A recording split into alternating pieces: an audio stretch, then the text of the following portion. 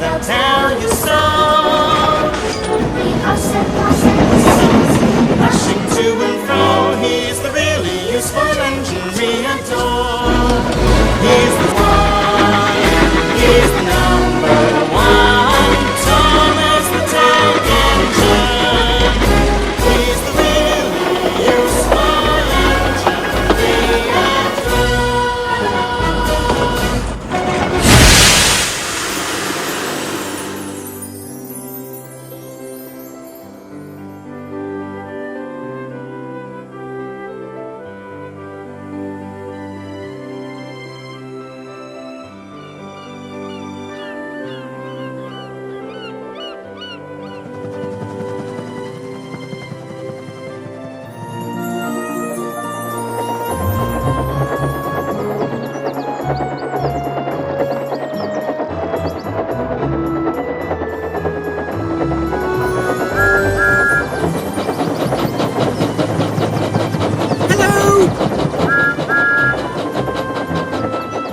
Welcome to Sodor.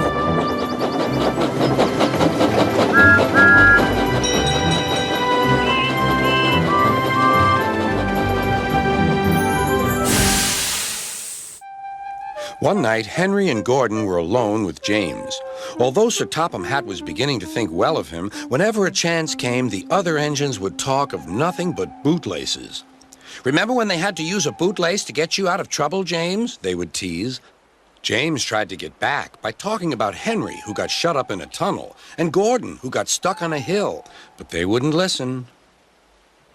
"You talk too much, little James," said Gordon. "A fine, strong engine like me has something to talk about. I'm the only engine who can pull the express. When I'm not there, they need two engines. Think of that.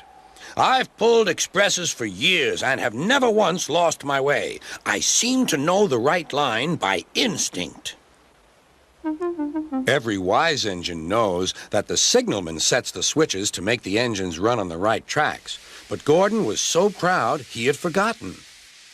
"Wake up, James," said Gordon next morning. "It's time for the express. What are you doing? Odd jobs?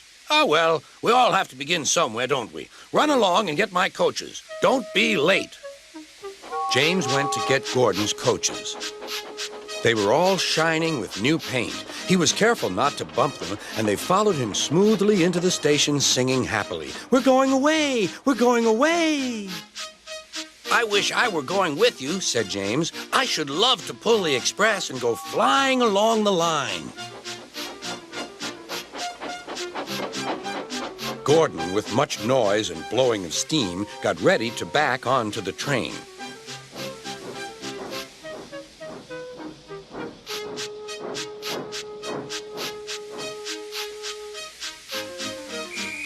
Sir Topham Hatt was on the train with other important people, and as soon as they heard the conductor's whistle, Gordon started. "Look at me now," he puffed, and the coaches glided after him. "Boop, boop, boop, boop, boop. Goodbye, little James. See you tomorrow." James watched the train disappear and then went back to work. He pushed some freight cars into their proper sidings and went to fetch the coaches for another train. James had just brought the coaches to the platform when he heard a mournful noise. There was Gordon trying to sneak into the station without being noticed. "Hello, Gordon. Is it tomorrow?"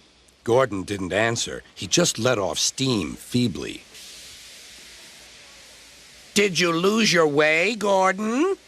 "No, it was lost for me. I was switched off the main line onto the loop. I had to go all round and back again." "Perhaps it was instinct," said James.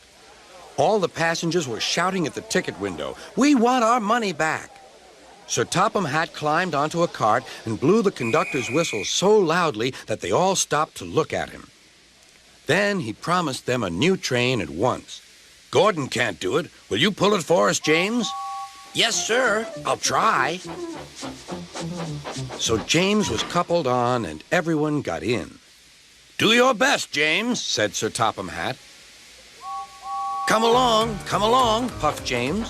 "You're pulling us well, sang the coaches. Hurry, hurry, hurry, puffed James.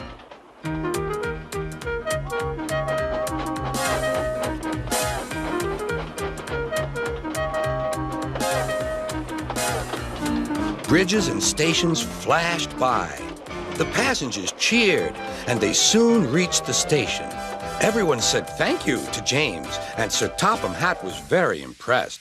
Well done. Would you like to pull the express sometimes?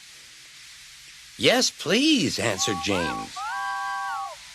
Next day, when James came by, Gordon was pushing freight cars.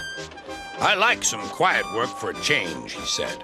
I'm teaching these cars manners. You did well with those coaches, I hear. Good, we'll show them. And he gave his cars a bump. James and Gordon are now good friends. James sometimes takes the express to give Gordon a rest. Gordon never talks about bootlaces, and they're both quite agreed on the subject of freight cars.